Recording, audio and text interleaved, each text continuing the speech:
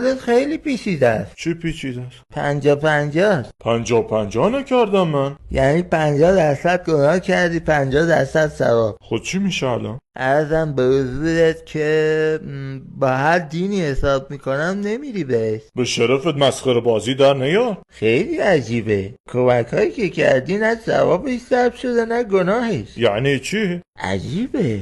فقط به جنس مخالف کمک کردی. مشخص نیست از روی شهوت بوده یا انسان دوستی. معلومه برای انسان دوستی بوده. مثلا یه موردش یه خانوم تو هوای بارونی سوار ماشینت کردی. خب قصدم کمک کردن بوده، گناه کردم؟ سوال اینه که 100 متر جلوتر یه پیرمرد 80 ساله هم کمک نیاز داشت، چرا اونو سوار نکردی؟ او پیرمرده که عصا دستش بود شیشه خیس بود ندیدمش، وگرنه سوارش میکردم. چیطور؟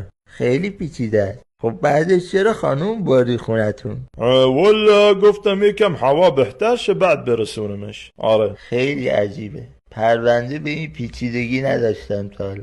آخه حتی به حیوانایی هم که غذا دادی همه ماده بودن. علاقه خاصی به ماده داری کلا؟ خب بگو نمیخوام رد بدم بهشت. این بهونه ها چیه؟ واقعا متاسفم. باید بری جهنم. چی؟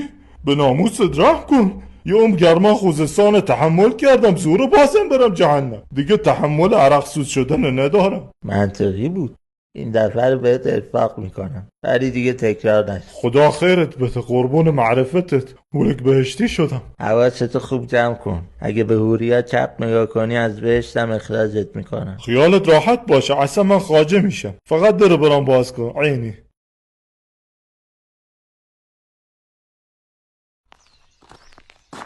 مولک عجب منظره، چه هوایی، چه بویی. حس میکنم داخل شلنگ آبادم. ولک اوف عجب حوری.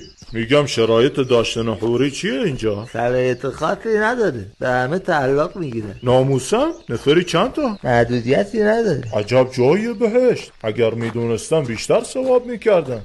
میگم این رودخونه شراب کجان؟ 10 کیلومتر از اینجا فاصله داره. رودخونه ویسکی و ودکا هم هست اینجا؟ نه نداریم همچین چیزی.